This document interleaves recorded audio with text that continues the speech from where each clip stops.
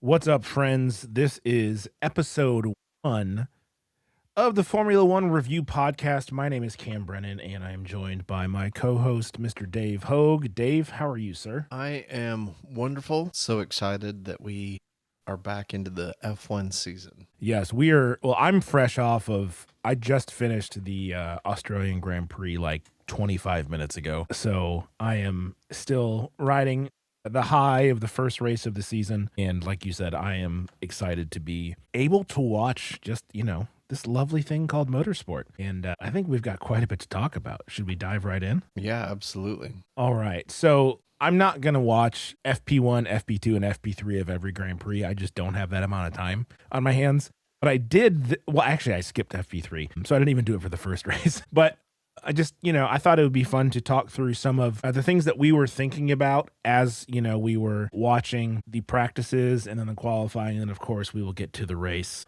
which, spoiler alert, it was fun. One of the things that I think was pretty apparent to everybody watching these practices is reliability issues from engine manufacturers, from car parts. A lot of stuff failed or flew off the cars. Specifically, Honda, Ford, and Mercedes power units all had issues in FP1. And we saw a few other cars, just like losing pieces or cars getting sent out with their cooler, vacuum things still stuck in the vents, and then getting run over by Lando Norris. Just all sorts of little like hiccups here and there that I think truly is the marker of a, hey, guess what? Brand new era. Everything's different. Everything's changed. So that was interesting to see. Yeah, I'm with you. I don't normally necessarily watch all the practices, but as soon as they started with this race, I was eager to see who was going to do what. And you're right. Well, it's just like anything, when it's brand new, you got to figure out what works, what doesn't work, and there's going to be some issues. Maybe as simple as Cadillac losing their side mirrors. It's just, I forgot about that. who knows obviously there's bigger things than side mirrors to deal with, but there's just so much going on, and it was a relatively, in my opinion, it was a relatively short turnaround from the end of last season to the start of this one, and to think that they weren't already working on these, you're a bit naive. But yes, I was very excited for the different practices to see what was going to happen and who was going to do what. And was Aston Martin really in as dire straits as they were projecting, or were they like kind of playing a game? And clearly they were in trouble and are in trouble. I was going to say, they don't have time to be playing games. They need to put all their efforts into fixing that car, because Alonso didn't drive a single lap in FP1 this weekend. No. Not a single one. Yeah, so they weren't playing at sandbagging. Their car is just not ready. No, not at all. And so FP1 finished with Leclerc in first position and Hamilton in second position, and Verstappen in third. Right. And so, like, literally, it's like, who has this figured out? Who doesn't have this figured out? Who's sandbagging? And yeah, I walked away from that first practice just kind of going, okay, well, Ferrari clearly looks strong, but who's not tipping their hand yet? Exactly. Because in FP1, Russell was 7th and Antonelli was 8th. So I think they were running, 95% of, or 90% of what they could do. Yeah.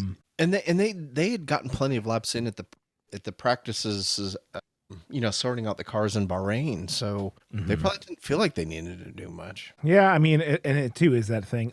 I don't really know why sandbagging in FP1 versus what you do in FP3 is really going to give other teams much time to change. Like, maybe it's more just like emotional manipulation, of like, oh my gosh, maybe they're not as good. Maybe we have a chance. And then like the last practice, like, oh yeah, actually, no, I'm 0.6 of a second faster. And that, I'm with you on that, because you show up with what you got. It's not like exactly. You're not going to be able to change anything. And so yeah, very interesting. And maybe there's an element of they are truly testing something. They're doing, figuring other things out, and they're not so worried about their times at that point. Yeah, but we have the only rookie on the roster this year, Arvid Lindblad. He's the 4th youngest F1 driver in history. He's 18 years old. He's the youngest ever British F1 driver in history. And the young man had himself one heck of a weekend. Yes, he did. So FP1, he finished 5th. FP2, he finished 8th. FP3, he finished 11th. Qualifying, he finished 8th. And in the race, he finished 8th. So it's, just for an 18-year-old kid in a racing bull, Mm-hmm. He had a higher average starting position across the weekend than Max Verstappen, and that's because he binned it in qualifying, which we'll get to here in a second.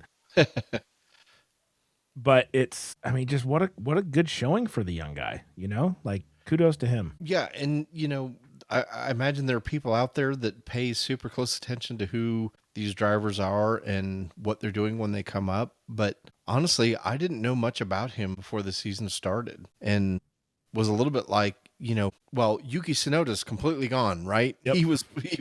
He was there last year. Red Bull clearly has a program to develop drivers and bring people up, but he wasn't on my radar prior to this season starting. And again, I'm not the most, committed to seeing who these younger drivers are that are coming up, but he really just kind of exploded on the scene and clearly has demonstrated that he belongs there. Yeah, the only thing I know about him is what they said on the broadcast today, and that's essentially that Red Bull fast tracked him. Like, he didn't do a lot of the developmental stuff that other people have done. They kind of like picked him early and were like, this is our guy. They saw, whatever intangibles or racecraft or whatever in him, and he didn't go through the typical, development process that, other young drivers have gone through. So they fast tracked him, which I think, perhaps it's one race, right? But sure, but you could do a lot worse,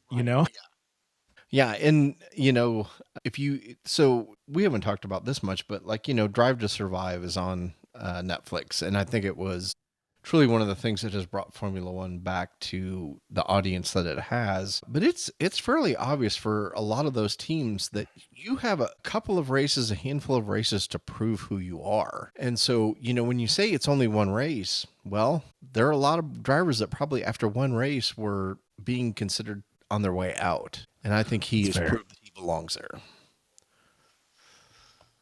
So FP3, Antonelli essentially destroys his car. Back end gone, front tires shattered, just really big crash. And of course, FP3 is the same day as qualifying, so they are in an absolute blitz to get his car to the point where he can actually put a lap in and like hopefully get into Q2, But they pulled it off. They got him into qualifying, and well, he finished second in qualifying.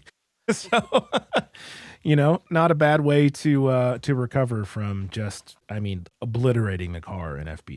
Yeah, and it was interesting. I watched FP3 with my daughter, who is actually 25 years old. So she's older than some of these guys, and considerably older than these guys that are breaking in. And she was like, well, what happens to somebody like that? And, I kind of explained that they should be able to get the car put together and he should be able to compete. And it depends on which manufacturer you're racing for. It depends kind of on who you are. But him being with Mercedes and being who he is, he was probably going to be able to compete. But it just was this just very concrete thing for me of like, here's my 25-year-old daughter who's actually, 5-6 years older than some of these guys breaking in to Formula One. And they are expected to perform at just this extraordinary level. Yeah. Given what, Kimi experienced, he showed that he was ready for the challenge. Yeah, I was really impressed with how he bounced back. And even in the race, like we'll get to that in a second, but like he had a terrible start and clawed his way back from, I think he was down to like 7th or 8th, maybe even 9th at one point. Yeah. And wound up on the podium. So, the kid's shown he still has, stuff to learn, but incredible competitive spirit, really good driver, just made a few mistakes. Yeah. Which, who can blame another human for making mistakes? Not at all. Well, apparently the owners can, because they get rid of these guys. So yeah, I was impressed with these second year guys. Hadger was another one that was very consistent, and he kind of got screwed out of a good race because his engine blew up on him. That was really a bummer. But so there was changes to qualifying, which I didn't really think about until qualifying actually happened, because we don't have 20 drivers anymore. We have 22. And so now Q1 used to be the top 15, and then Q2 was the top 10. Now Q1 is the top 16, so we lose 6 drivers instead of 5. And then Q2 is the top 10 events, but we also lose 6 drivers. So Q3 is still the top 10. but we're losing 6 drivers per round of qualifying leading up to that instead of the 5, which makes sense when you think about it. I just didn't actually think about it until I was watching qualifying. I'm the same way as you. I was watching it and was like, oh yeah, there's 22 cars now, so they've got to do something different. Yeah. So, qualifying was interesting because 4-time world champion and second place finisher last year by 2 entire points, Max Verstappen. Wow, he beefed it big time. And the first turn of his first flying lap, the back end spun around on him faster than, I don't know, some metaphor that makes sense there, and put it right across the gravel pit and into the wall. Not nearly as bad as Kimi Antonelli's crash as far as car damage is concerned, but the violence and speed with which the back end of his car flipped him around, I can't imagine what that must have felt like. He was going straight, and then like not even 0.2 of a second later, he was completely backwards and spinning out of control. It was wild to watch. Yeah, and it was clearly something going on with the car and not him, where the rear the back axle just completely locked up, and well, game over at that point. So he wound up finishing 20th in qualifying. Yeah, he didn't even get to qualify because, and the only reason he finished 20th and not 22nd is because Sainz and Stroll didn't even drive. He at least was on the track and gave it the old college try. Yeah. But I've been in a car where I've aquaplaned, and you got to like react really quick, and that feeling is like your heart's in your mouth, your blood, you just and that's like just like a little tiny oopsie that you recover from. I can't imagine just the car literally revolting against you the way it did to him. And how calm. He was pissed, and he was, like, oh, the back axle lock. Oh, how calm he was after that was just like, okay. And then the trust you have to have that that's never going to happen during the race is exactly to me. All right, so Dave has a little note here that I'll lead you in. So, what do you think about Racing Bulls and Audi, Dave? In qualifying, I guess my first take is I felt like Audi was playing it safe in terms of the design of the car, and they weren't doing anything out of the ordinary, and it clearly worked for them. So both Nico and Gabrielle, they both did well for qualifying, and that just surprised me. I was truly not expecting, like as we mentioned in the previous, that was Kick Sauber. Before that, it was Alfa Romeo. There's just been a lot of changes, a lot of turnover. Audi is a new team to Formula One, and they're running their own power unit too. They're running their own power units. That was just very impressive to me. And then Racing Bull, Racing Bulls, they continue, I guess, to build on what they were showing last year, in that there was not this huge drop off from the main team of Red Bull. And again, didn't know a whole lot about Arvid, and I think he has demonstrated that he has belonged there. I personally expected both Haas and Alpine to kind of be in that fifth and sixth spot, and instead for qualification, it ended up being Audi and Haas filling those positions. So, and then I wasn't 100% sure what Williams was going to do. I'd heard that their car was heavy. Yeah. So, given that their car was heavy and the stuff that I heard about Williams, they kind of ended up where I expected. But ultimately, Audi and Haas kind of jumped up farther than I expected them to. Yeah, it's so in quali it was Lindblad 8, Lawson 9, both Racing Bulls, and then Bortoletto 10, Hulkenberg 11, both Audis, ahead of both Haas's, ahead of both Alpines, ahead of both Williams, and ahead of both Cadillacs and Aston Martins, with Verstappen being down there because of the crash. Right. So it's looking like Racing Bulls and Audi thus far are the best of the rest after, Mercedes, Red Bull, Ferrari, and McLaren, which is, that's fun. Yeah, exactly. It's, you love to see people do well. It's good. Now, all right, Dave, let's talk about the race. It's the first Grand Prix of the year. We've had 3 practices. We've had a quali. We've had some unforeseen occurrences in those situations, but the race is where everybody gets, makes their money, I should say. The drivers, the strategists, this is what everyone shows up for. And, well, Piastri didn't race today. No, he did not. And Yeah. again, I'm going to go back to there was something up with that car. It was not his doing. I don't think I honestly haven't seen anything that indicates what did happen. Well, I didn't see the crash. How did it occur? So basically, the way I would describe it is there was more torque being put to the rear wheels than he expected, and it literally Oh, just okay. launched him. And so yeah, which again, even going to, the grid, like is he warming up the tires? What was he doing? It really did. It just seemed like the computer, something in the car didn't work the way it was supposed to, and it just launched him, gave him more than he was expecting in the moment. Yeah, and that's really a bummer because he's from Melbourne, which is where this race was. So home Grand Prix. No Australian F1 driver has ever been on the podium there, and it didn't look like they had the pace to do that this year, anyways. But not being able to compete is just gotta suck so bad. I felt awful for him. Yeah, so it was terrible, and there was a lot of hometown fans rooting for him, wearing their Oscar Piastri Yeah. t-shirts, and didn't even get to see him race. Yeah, that's gotta be just so embarrassing and disheartening and frustrating for him. Or for anyone that would find themselves in that situation. Like, Exactly. I wouldn't even want to go talk to media, but he went and did it. I feel for the kid. Or the young man, I should say. The young man. Okay, so we knew that Ferrari had good starts. Like, we'd seen this in testing at Bahrain, that Ferrari's get off the line pace was pretty good. But holy crap, Dave. The start of this race.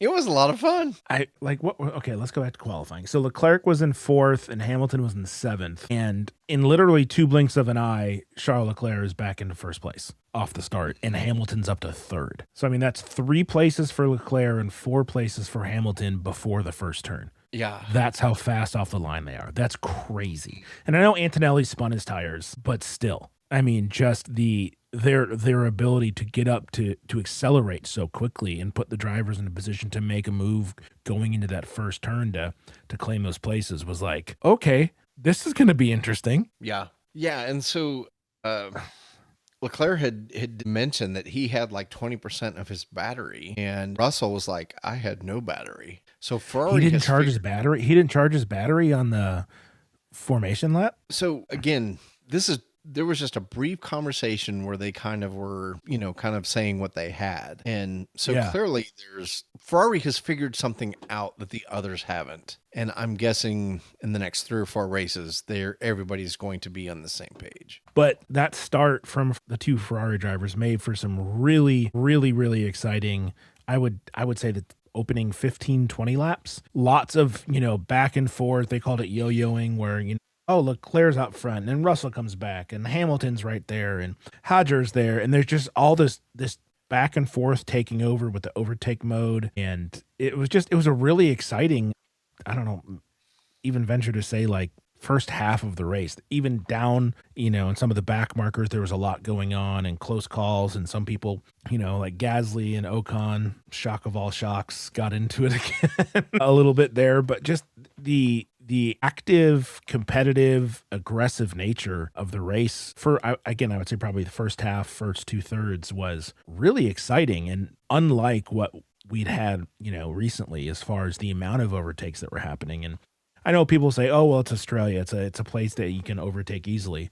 But still, like this, I mean, the action was great. Yeah, it was a very, very fun start to this race, and just exciting to see, which, we didn't know what to expect if that was going to happen. DRS is gone, and thus far it seems to have delivered on what they were trying to achieve with the more competitive racing and opportunities to pass, and not just pass and then go on, but pass and the next guy is still in the race. Yeah, because they've theoretically got battery that they were saving that you just blew on the overtake. And one of the things that the commenters, I think it was David Coulthard, mentioned is like, we're seeing greater variations in lap times because some laps they're saving battery and some laps they're deploying. And so it's not the lap times per driver are not nearly as consistent as they were in the previous era because they can't be. Because either that means if your lap times are consistent, it means you're not harvesting or you're not using. And if you're doing that, you're going to lose. And so there's going to be these hills and valleys of lap times. And just as drivers and teams figure that out, it's going to be really fun to watch, I think, different approaches to that strategy and, when to deploy and when to harvest and, all that sort of stuff. In addition to the strategy of pit windows and tire management and do we pit or not pit during a VSC like Ferrari didn't pit today? It adds a whole nother layer to what these people have to consider when making strategic decisions. And so far, I'm a fan. Yeah, I would agree. I would absolutely agree. So it looks like a fun season. I missed this. Why didn't Hulkenberg race? What happened to his car? Because he finished that as well. Quali in 11th, and he was supposed to start from the pit lane, but he didn't race a thing. He never left the pit lane. So yeah, I don't know that I saw that. Obviously, something happened, or something was wrong. I mean, he qualified in 11th, which is really, like we mentioned earlier, that's for a first-time team ownership, first-time power unit. Great. They must have found something wrong with the car. I guess I can look that up later. But so he didn't start. Piastri crashed on the recon lap. Isaac Hadjar went out on lap 11 because his engine just started spewing smoke like a chimney. Bottas DNF'd on lap 18, hydraulics, I think, on his car. Alonso DNF'd, then came back to the race, then went back to the pit and DNF'd. Stroll DNF'd, but then finished the race on the... So at one point, Alonso came back. He was 10 laps down. Like, he was in the pit for 10 lanes before they put him back out for like 2 or 3, and then they brought him in. So Stroll officially finishes in 17th because he was out when the race ended, but it wasn't even close. So that's 1, 2, 3, 4, 5 official cars that didn't either start or finish the race. 2 didn't start it, 3 failed, and then, Stroll was in the pits for a while, but wound up in 17th. So we had 17 out of 22 cars finish, which is not great. That's almost a quarter of the field didn't finish the race due to 4 reliability issues and 1 crash issue. Yeah, but given that this is the first time these cars have competed, I don't think that's completely unexpected. Oh yeah, no, I'm not surprised. It's just one of those like, yeah, okay, there's still a lot of bugs to work out, and I'm sure a lot of frustrated people on those teams because they haven't figured it out yet. So I'm hoping that this is the most DNFs we have all season. Obviously, people are going to crash into each other or take some, but usually that's, 1 or 2 cars, and then maybe someone else's engine blows up and you got 3. But like, if 5 is the most, that's a good thing. But we gotta wait and see. It's part of the excitement as to what's gonna go wrong. Yeah. So my Google AI is saying that Hulkenberg his car lost essential telemetry data and could not reach the grid under its own power. Yikes. So again, whether it be Verstappen in the rear end locking up, what Aston Martin is dealing with, or Audi and all that, there's a lot of computers, there's a lot of sensors on these cars that, back in the day, it was an engine and a transmission. You had the drivetrain with the wheels and brakes. Oh, yeah, it's fully mechanical. Yeah. There wasn't all this other electronic stuff going on that they had to deal with. So I feel bad for these drivers that, well, one, it makes them better, but sometimes that stuff's just out of their hands. Yeah. So the race ended, and I mentioned earlier that, like the first portion of it was really fun, but once Mercedes pitted and they double stacked Russell and Antonelli and did a great pit stop, Ferrari kept Leclerc and Hamilton out, and Hamilton was not happy about it. No. He's like, we should have pitted. We should have pitted one of us. Yeah, why did one of us not pit? Yeah, and then later in the race, he was like, don't double pit. Like, I'm not going to come in. I just, so he wasn't happy with Ferrari's strategy with, shock of all shocks. Their strategy failed them again. And so once Mercedes was on the fresh tire, they were 10 seconds back, and they told Hamilton that. And his response was, how are they only 10 seconds behind? Not a happy man this race, even though he finished 4th. So we wind up with Russell in 1st, Antonelli in 2nd, Leclerc in 3rd, Hamilton in 4th. Verstappen makes a huge comeback all the way up to 6th with Norris in 5th, Ollie Behrman in 7th, Lindblad in 8th, Bortoleto in 9, and Gasly in 10, rounding out the points positions. So Lindblad in his first race scores points. Ollie Behrman, a second-year driver, scores points. Bortoleto, a second-year driver, scores points. Antonelli, a second-year driver, finishes 2nd. A lot of young blood in the points, which is fun to see. But definitely Ferrari needs to, I don't know, get a new strategy team. I mean, it's just consistent where like the drivers don't understand. Last year, Charles Leclerc was, I mean, fuming on multiple occasions because it didn't make sense to him what was going on. And they have the opportunity to pit twice under the VSC when Hadger's car went down. Chose not to pit either car either time. And Mercedes did. And, you know, well, the rest is history. Mhm. Mercedes just, they couldn't catch him. After that, they had a 10-second advantage and they lost it. So, Yeah, your first Grand Prix winner of the 2026 season, George Russell. Yep. And Mercedes clearly has figured it out first, has put the formula together on these new cars for 2026 where they have the pace, they have the consistency, that sort of thing. But these cars change exponentially over the course of a season. And it will be very interesting to see who else figures this out. And is Mercedes like McLaren last year, where they get such a lead that, you know, they can hold on to it and nobody else can catch them? Or will we see within a few races that others are you know, fine tuning what needs to be done, and we end up with a competitive season where there's more than one team that could potentially win this? It's going to be fun. Now, how are you feeling about your picks from last episode? You had McLaren as your constructors champion. You had Charles Leclerc as your drivers champion. Your biggest boom was Pierre Gasly, and your biggest bust was Mercedes.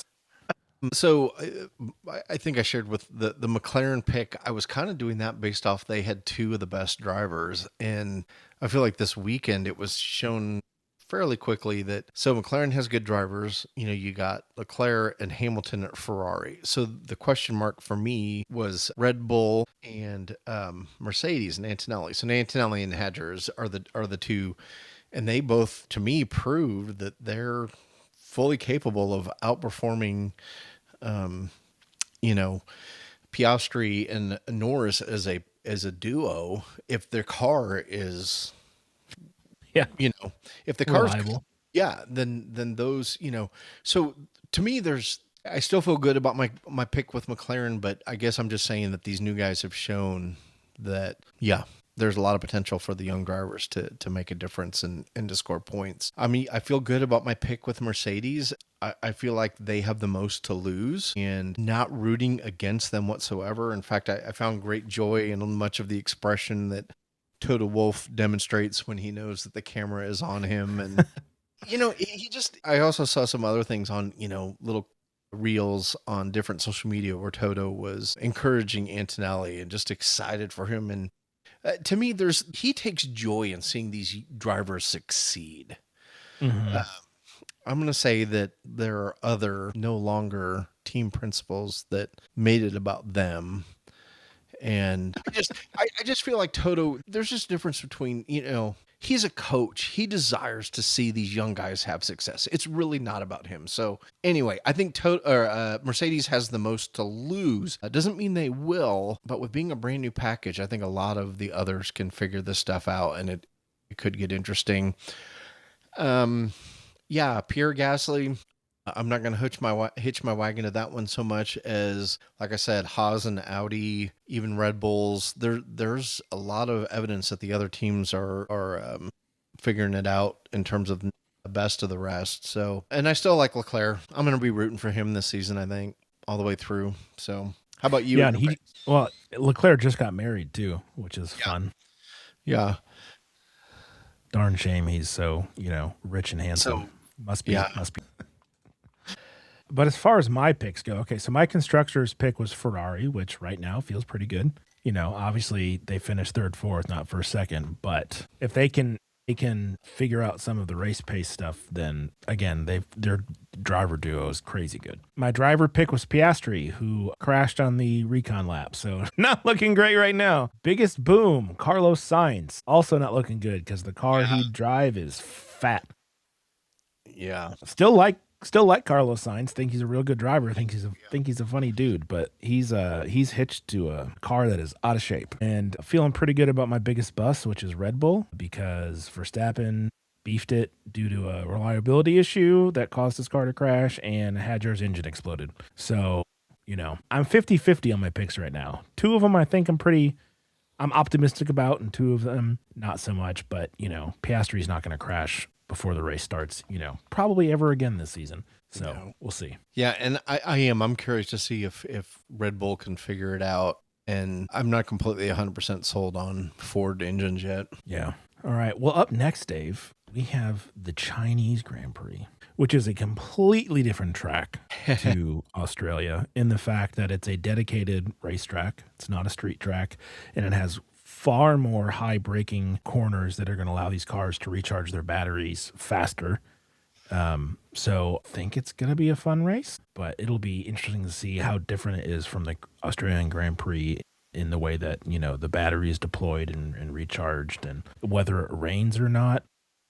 Mm-hmm. So I'm looking for it. And it's just in a week, so we don't have to wait. No. It'll be here before we know it. No, and I'm going to stick with the Ferrari bandwagon. And I think Ferrari is going to do well in China. Well, there's only one way to find out, and that's to wait a week and watch the Grand Prix. And then after the Grand Prix, come hang out with us and listen to our, I don't even know what's the right word to say, our review, since that's in the podcast name, of all the happenings that go on during the Grand Prix weekend. So, Dave, any final thoughts? No, I'm just excited that the season is underway and everybody has a chance at this point. Maybe not Aston Martin, but maybe not.